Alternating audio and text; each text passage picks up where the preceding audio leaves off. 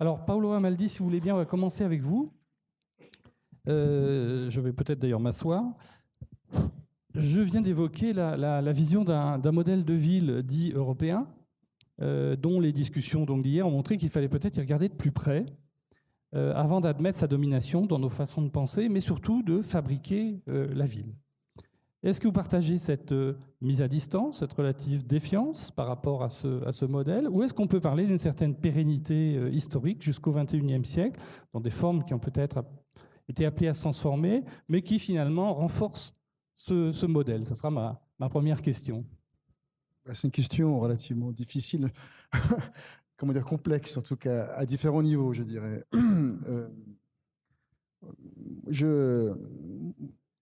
S'il fallait donner une définition, je dirais, de la ville, qui n'est pas une définition purement spatiale, non purement formelle, moi, je dirais que la ville naît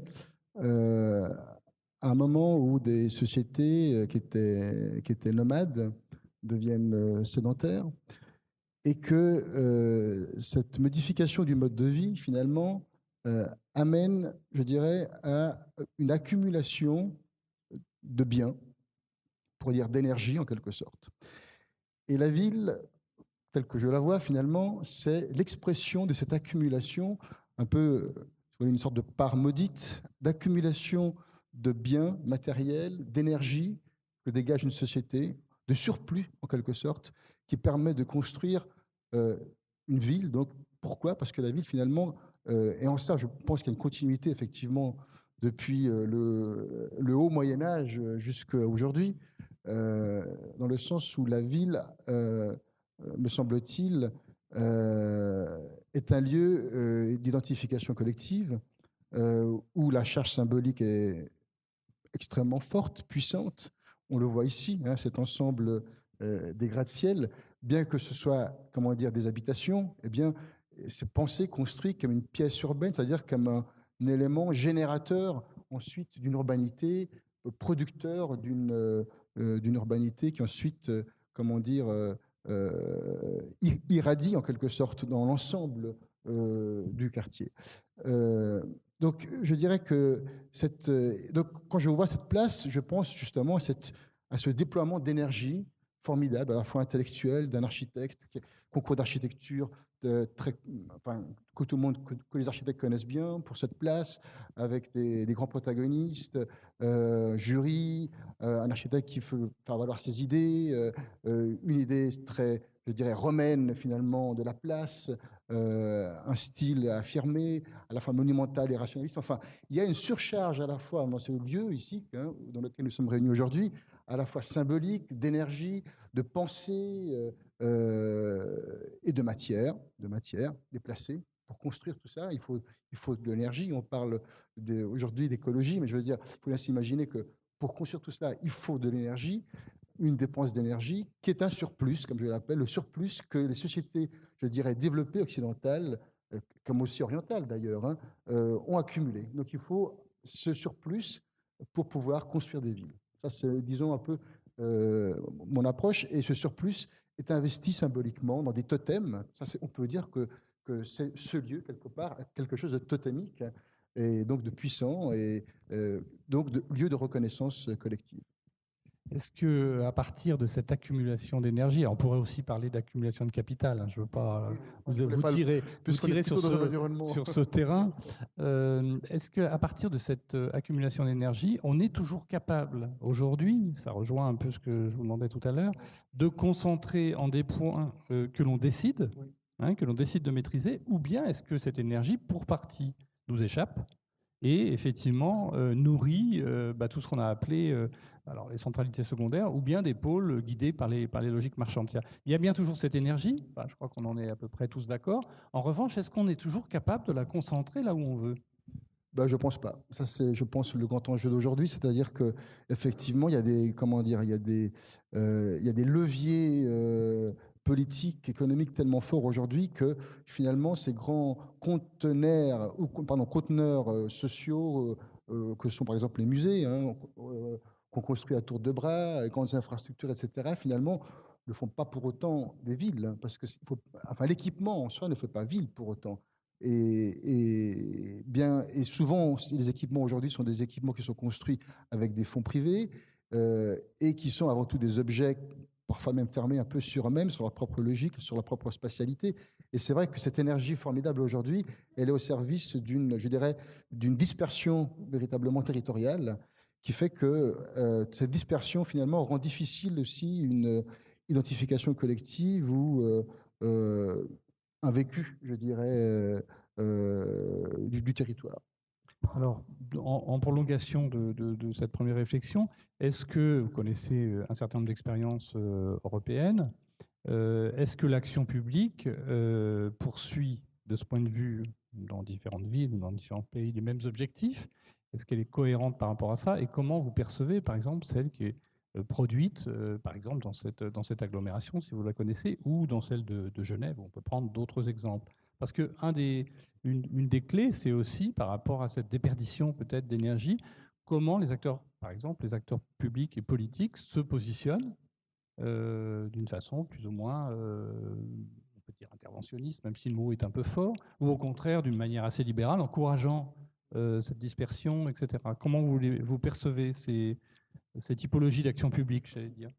Ben, je pense que la clé de la réussite du territoire, enfin de la construction du territoire de demain, qui n'est plus un territoire de ville, qui n'est plus un territoire de campagne, mais qui est un territoire d'entre-deux. Hein. Après, vous savez, il y a un certain nombre de philosophes, d'urbanistes qui ont inventé des mots pour identifier cette situation de non-ville ou de non-campagne, hein, qu'on appelle l'hyperville, par exemple, pour reprendre un terme de André Corbeau, qui était justement un chercheur et urbaniste genevois.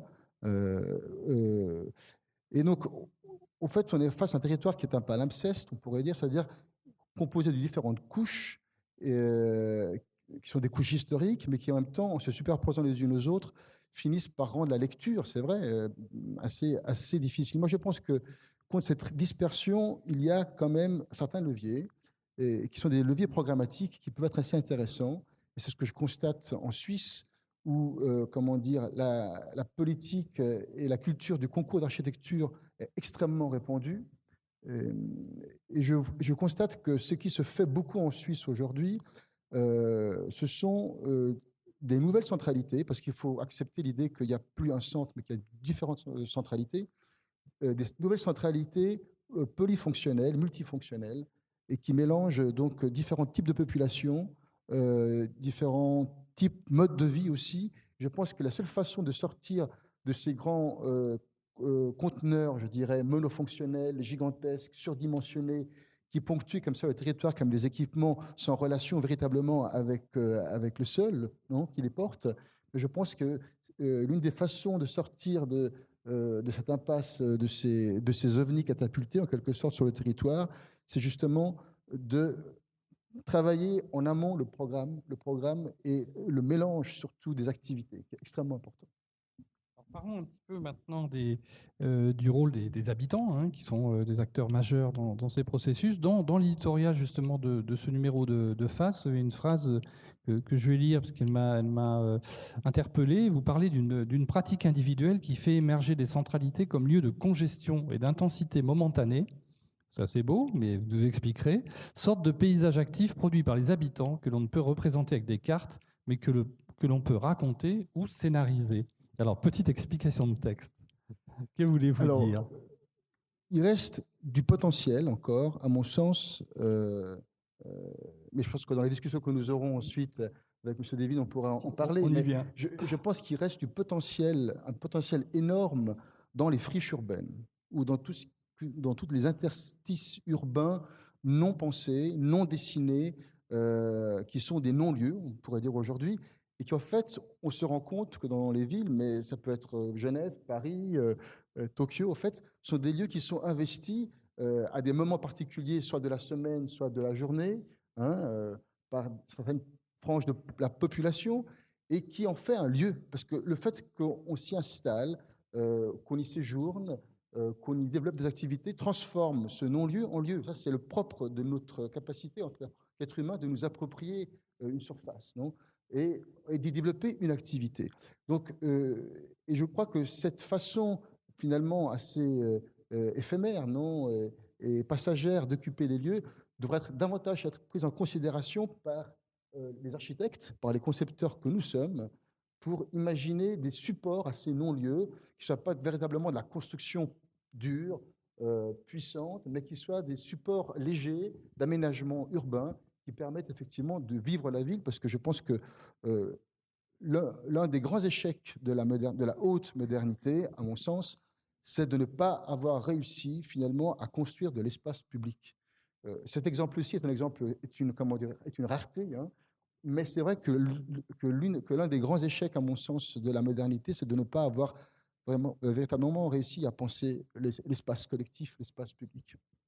Merci, on reviendra tout à l'heure, on poursuivra un petit peu ces éléments. Laurent Devime, je voulais un petit peu vous poser la même question sur les modèles, alors peut-être en les interrogeant avec quelques références différentes. On a évoqué un peu longuement hier soir le cas de Tokyo, mais je crois que vous avez d'autres points sur lesquels vous appuyez. Et puis peut-être voir à l'intérieur même de l'Europe des modèles d'organisation qui ne sont pas purement j'allais dire autocentré, hein, sur un pur centre, et qui questionne aussi peut-être notre organisation urbaine.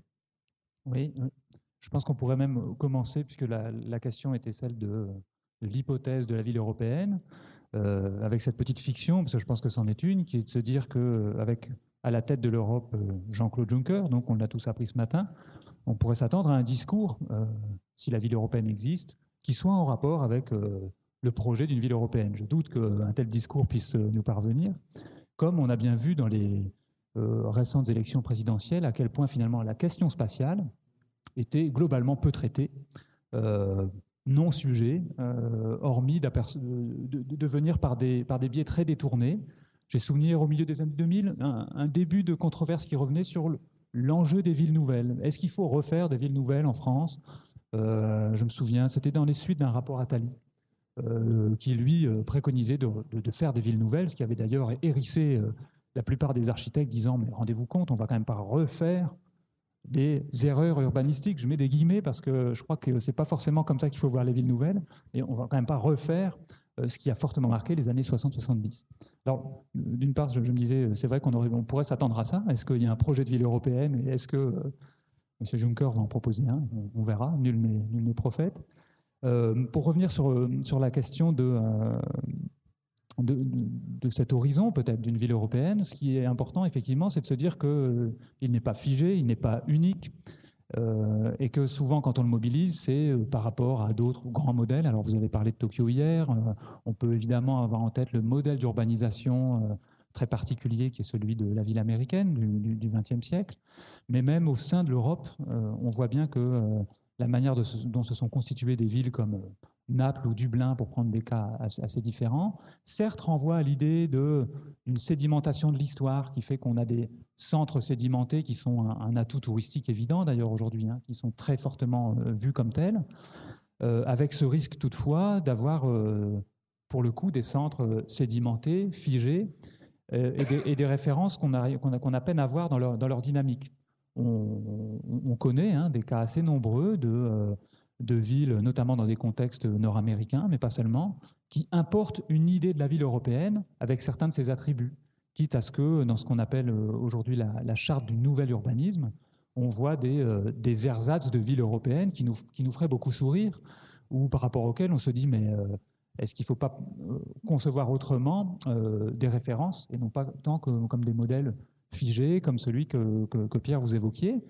Les historiens, je pense que c'était sûrement abordé hier, des historiens ont montré que, y compris dans l'Antiquité grecque, on n'a pas nécessairement la juxtaposition de la centralité politique, d'organisation, et ce qu'on pourrait appeler une centralité d'attraction, cette centralité que convoquait bien Paolo tout à l'heure, qui amène à la rencontre des biens et des marchandises, hein, c'est ce qu'un philosophe et sociologue Henri Lefebvre qualifiait dans le droit à la ville. Ces deux types d'espaces n'ont pas forcément été conjoints au même endroit. L'agora n'était pas le port du Pirée, etc. Et je pense que de relire l'histoire urbaine, y compris par le fait que ces occurrences se sont déjà produites, permet d'éviter un biais très fréquent qui est de dire que hier la ville était centrée, compacte, avec des sociabilités très connues et valorisées aujourd'hui, et nous serions passés crise de la ville, règne de l'urbain, dans une situation dans laquelle on aurait perdu nos repères. Je pense que ça, c'est une sorte d'anachronisme psychologique qu'il faut éviter, parce que d'une part, je pense qu'il est faux en termes historiques. Alors ça renvoie aussi à une autre question qui a commencé à être abordée, sur laquelle ce serait intéressant de revenir, c'est que finalement les pôles secondaires dont vous avez parlé renvoient surtout à des polarités marchandes, principalement. Et c'est vrai qu'on connaît depuis les années 60 la dissociation entre des centralités politiques et puis des centralités marchandes. Quelles sont les prises aujourd'hui finalement pour des territoires de plus en plus métropolitains pour faire à nouveau des expériences comme celle de Villeurbanne, est quand même une expérience assez incroyable de l'histoire du XXe siècle. Et à cet égard, c'est vrai que ça avait fait partie un peu de certains de mes terrains de recherche. J'avais essayé de voir à quel point, à différentes époques, à différents moments du XXe siècle, il y a eu des tentatives de structuration de centralité politique qui ne sont pas seulement le binôme gare-hôtel de ville, qui ne sont pas seulement l'hôtel de ville Troisième République, ou bien quelque chose du genre, mais qui cherchent à agréger des équipements publics, une conception de la ville qui vient souvent d'ailleurs en réaction par rapport à une urbanisation où on a la critique des cités dortoirs des années 60-70. J'avais pas mal étudié le territoire qui est juste à côté de Toulouse, qui est le territoire de Colomiers-Villeneuve, qui se construit dans les années 60, au même moment où on fait le Mirail, ZUP, que tout le monde connaît bien, et Colomiers, territoire politique, qui se dit, nous, on va se construire une ville, une vraie ville. Et à partir de là, il y avait tout un intérêt en fait, à voir comment s'est construite dans les années 60-70 une nouvelle centralité qui n'appartient pas forcément à cette histoire aussi ancienne. Dans les années 90, autre exemple, et à nouveau français, désolé Pierre, à côté de Rennes, Saint-Jacques-de-la-Lande, c'est un autre exemple très intéressant, tout début des années 90, où à peu près pour des motifs proches, le maire qui est devenu le maire de Rennes ensuite, qui a passé la main cette année, décide de structurer son territoire communal avec un nouveau centre qui n'existait pas parce qu'il était dispersé en différents quartiers industriels, etc. On peut voir aujourd'hui un centre-ville des années 90, typique, avec des caractéristiques intéressantes qui associent une polarité marchande, mais bien d'autres éléments. Et donc, c'est des exemples rapides, mais qui montrent que le fait de fêter les 80 ans de Villeurbanne, des gratte-ciel, pardon. Des gratte-ciel, autant pour moi, n'empêche pas qu'on puisse aussi se dire qu'on peut tout à fait aujourd'hui fêter les 10 ans ou les 15 ans de Saint-Jacques-de-la-Lande et revisiter des expériences proches de structuration d'un territoire où la quête de structuration ou d'organisation n'est pas vaine et n'est pas...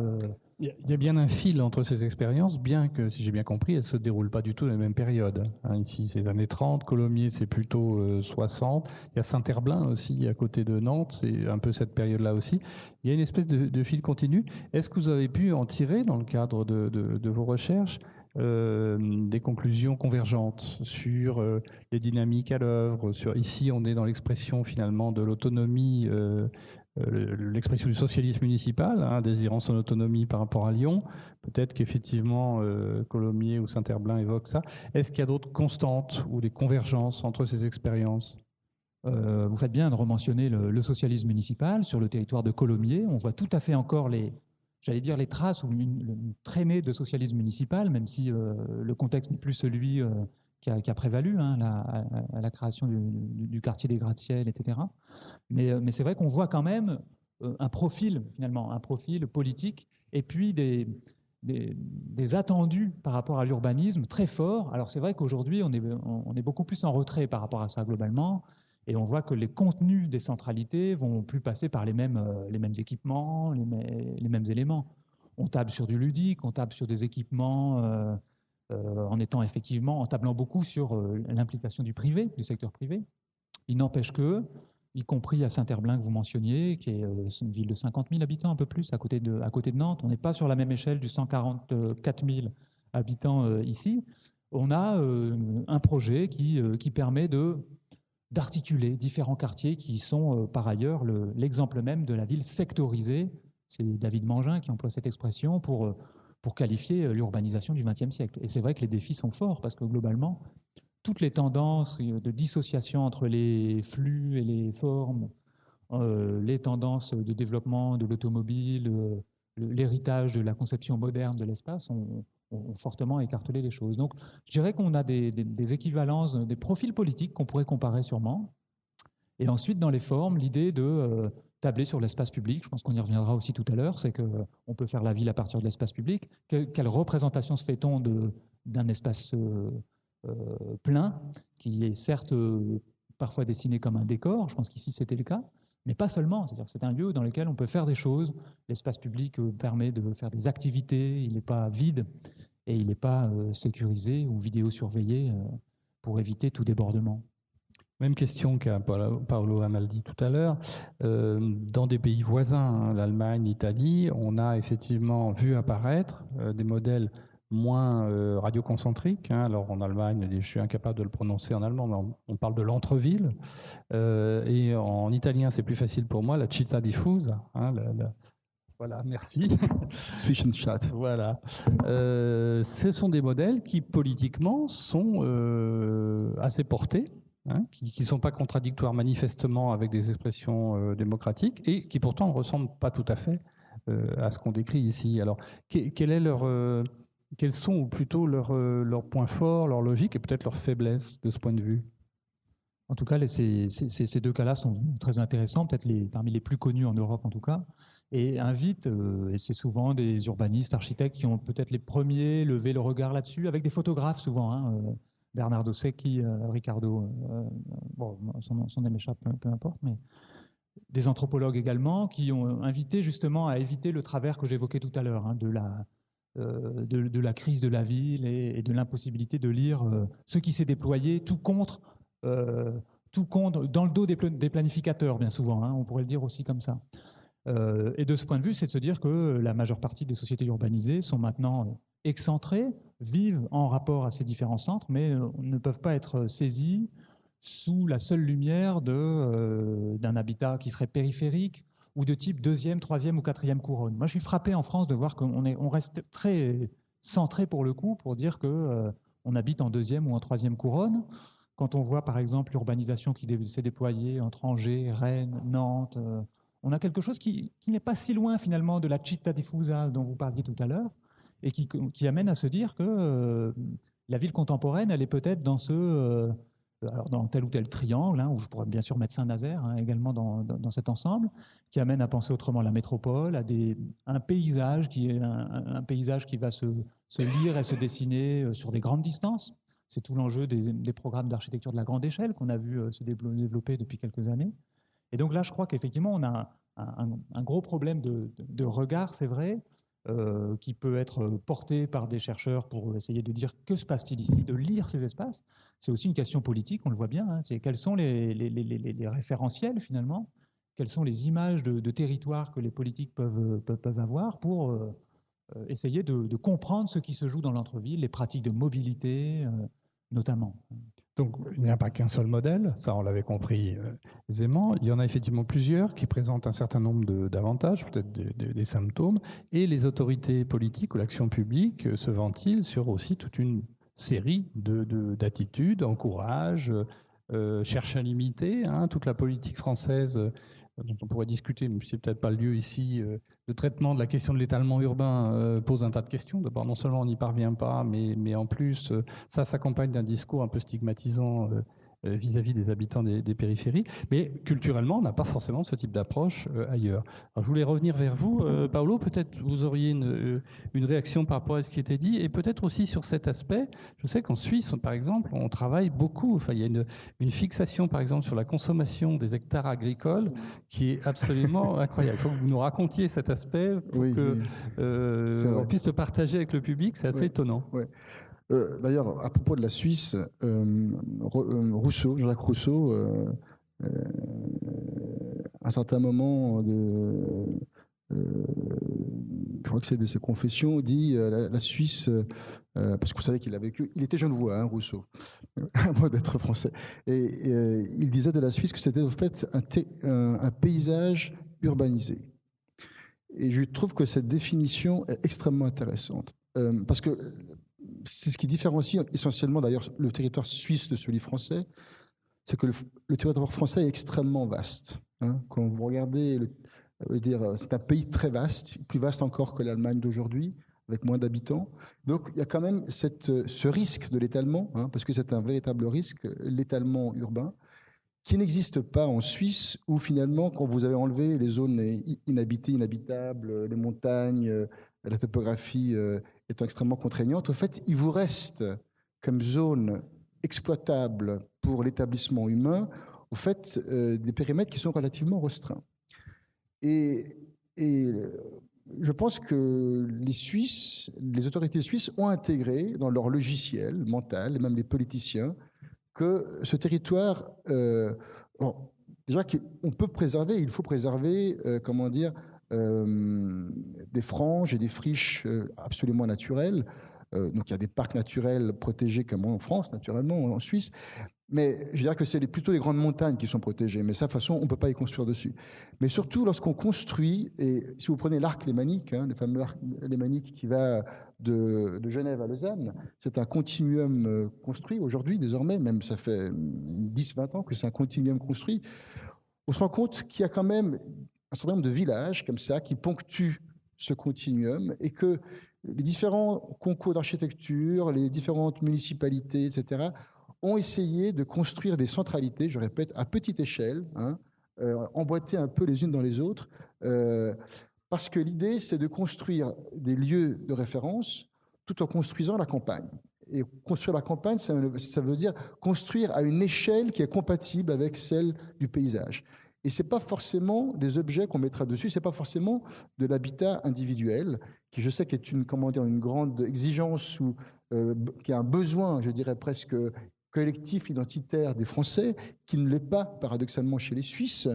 Et on voit apparaître donc des nouvelles formes d'habitat qu'on appelle des villas urbaines ou des grandes maisonnées, si vous voulez, avec 3-4 appartements dans une grande maison, hein, posés sur un territoire avec un dégagement autour, et qui fait que tout d'un coup, ces objets qui ont une échelle qui n'est pas celle de la villa, qui n'est pas celle de l'immeuble, qui a un entre-deux, permet d'accompagner le territoire, sa topographie, et permet de dégager des espaces communs qui sont traversables, marchables par tout le monde, avec de la végétation, etc. Donc, c'est pour vous dire que cette idée du territoire urbanisé ou du paysage urbanisé, quelque chose qui est très propre à la Suisse, mais qui est un modèle qui, à mon avis, pour être exportable à d'autres pays comme la France, qui connaissent par contre un phénomène inverse qui est celui de l'étalement. Ça veut dire, parce que l'étalement est extrême, ça veut dire qu'il n'y a plus de tension entre les objets.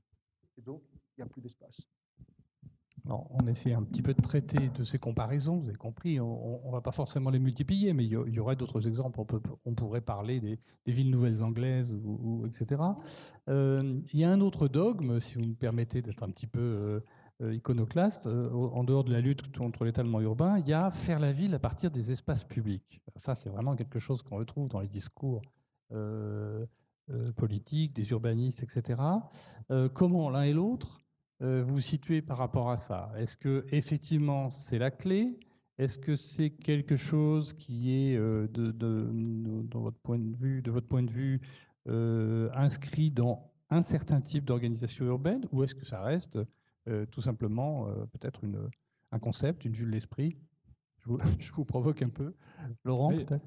En tout cas, alors je ne sais pas si c'est un dogme. Aujourd'hui, les dogmes dont on entend beaucoup parler, c'est que cette ville européenne, si elle existe, elle sera durable, elle sera créative. Et là, toutes les agglos et les métropoles ont pris ce shift, ce mouvement d'horizon. Et là, je crois que c'est cela qu'il faut plutôt, j'allais dire, critiquer ou questionner davantage. Quand je dis critiquer, c'est que moi, quand j'entends l'idée que ce quartier sera durable, c'est mais quelle conception du durable, positiviste et technique ou politique, c'est pas du tout la même chose. Et donc, on est obligé d'aller plus loin pour savoir quelle est la tonalité politique de tel ou tel projet. Et je trouve aujourd'hui les dogmes qui sont surtout à questionner seraient sûrement ceux-là.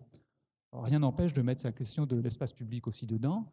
Je dirais qu'il faut poser le même type de question. C'est que qu'est-ce que ça signifie d'une part? Est-ce que ça veut dire que quand on lance un grand projet, je pense à celui de l'île de Nantes il y a un peu plus de 10 ans, le concepteur retenu à ce moment-là, Alexandre Chemetov, insiste énormément sur cet enjeu commencer par l'espace public. C'est d'abord sûrement assez fort par rapport à une histoire encore pas ancienne où, en gros, le territoire insulaire pouvait être beaucoup plus marqué par un quartier d'affaires nouvelle tendance. Donc évidemment, il y a déjà ça.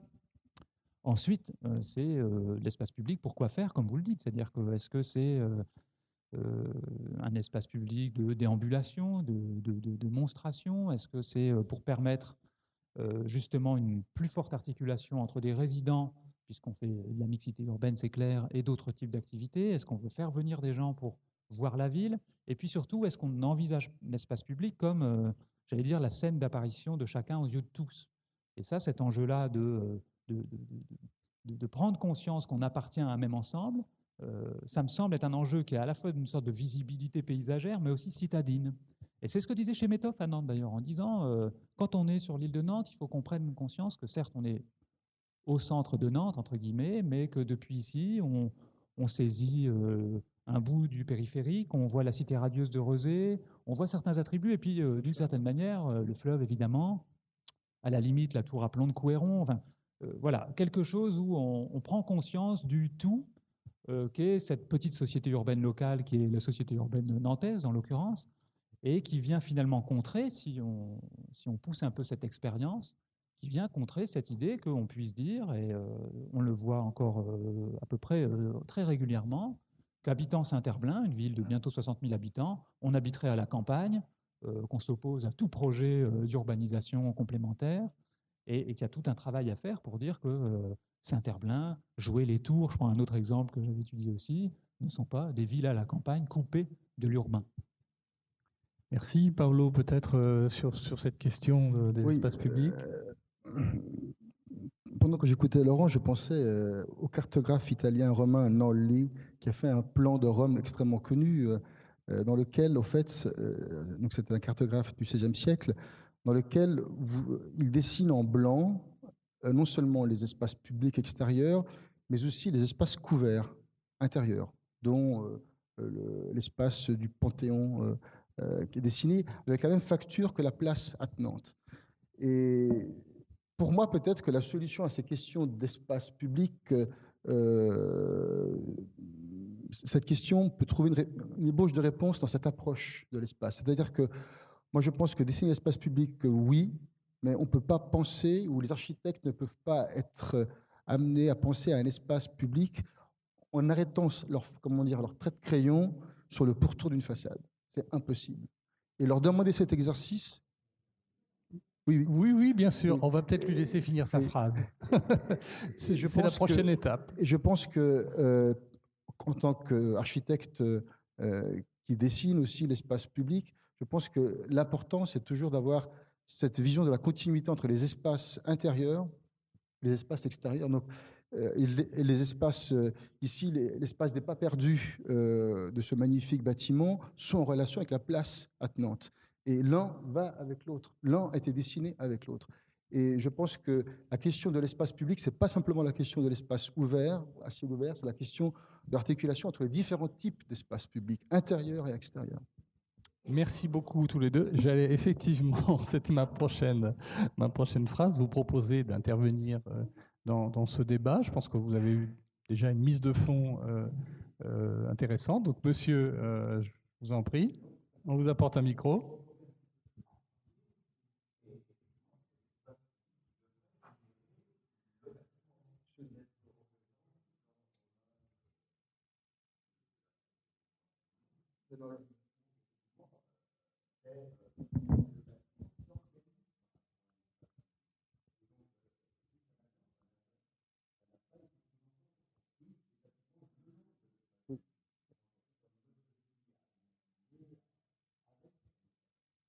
Oui, vous avez raison. Et je pense que oui, vous avez raison. Et d'ailleurs, je pense que c'est lié aussi au fait que dans la société d'aujourd'hui, les attributions et les expertises sont segmentées. Le travail des concepteurs est segmenté. Et c'est cette segmentation qui, inévitablement, a des répercussions sur la segmentation de l'espace et donc sur son impossibilité à être vécue. Je vais juste faire une petite observation. Vous avez certainement, comme moi, constaté en voyageant un certain nombre de pays, de voir que l'attention portée, je dirais, à l'espace immédiat autour d'une construction est extrêmement variable selon les cultures, les pays, les latitudes, etc. On attache d'autant plus d'importance au périmètre, alors soit au périmètre immédiat, soit plus lointain, qui se trouve aux abords de votre maison. Alors ça peut être lié à effectivement des questions de maîtrise foncière ou de moyens, etc. Mais c'est extrêmement variable. Et vous avez été certainement parfois surpris comme moi de voir des bâtiments absolument magnifiques posés au milieu d'un terrain vague dans lequel il n'y a absolument aucune attention portée ni au trottoir, ni aux usages, ni à la rue, etc. Ça arrive parfois aussi à certains gratte-ciel en Asie qui sont absolument posés, qui n'ont pas ni de réflexion par rapport à leur socle, etc.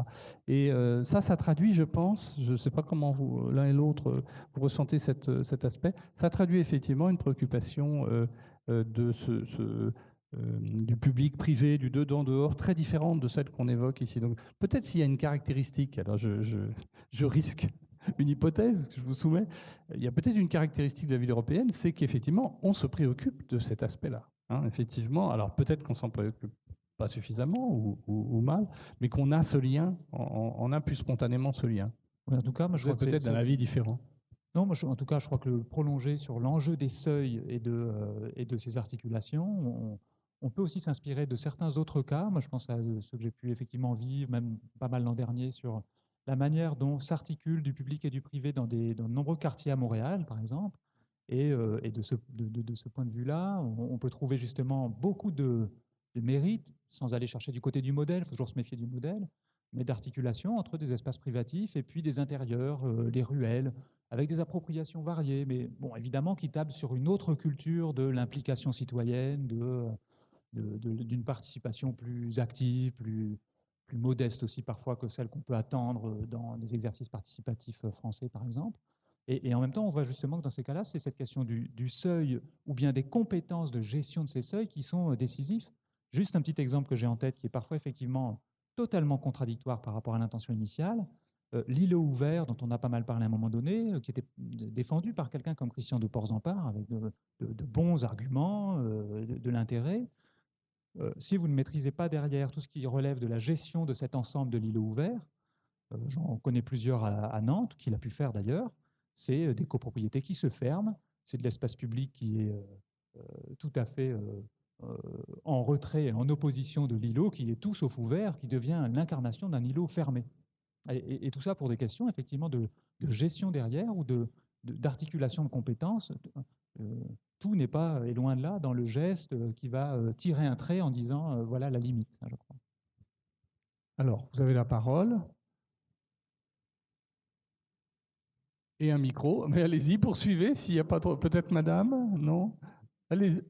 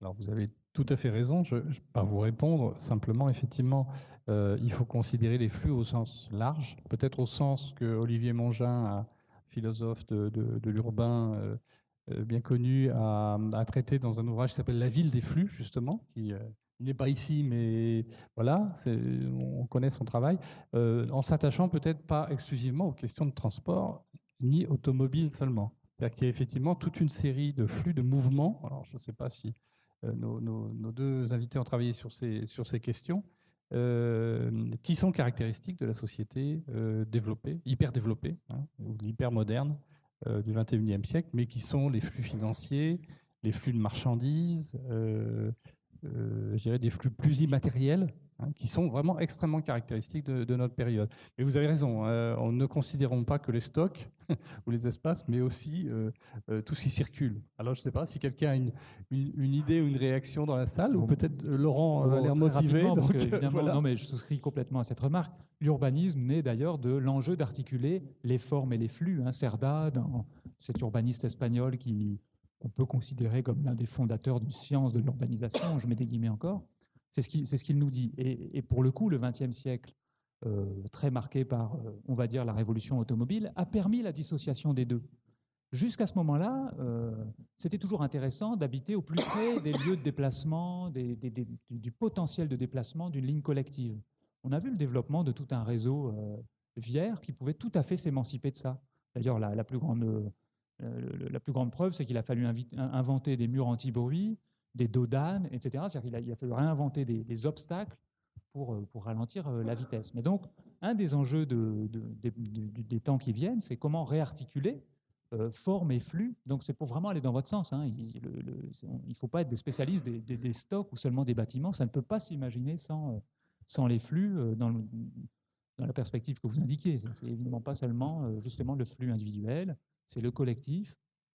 Et pour reprendre la critique que je faisais un peu tout à l'heure de la ville durable, par exemple, c'est qu'en effet, comment on combine différentes métriques, comme diraient Michel Lusseau et Jacques Lévy, qui ne sont pas seulement, qui ménagent aussi des possibilités de mobilité pour ceux qui ont encore besoin de leur voiture parce qu'ils ont des emplois très distants, et en quoi la ville durable n'est pas un obstacle pour eux.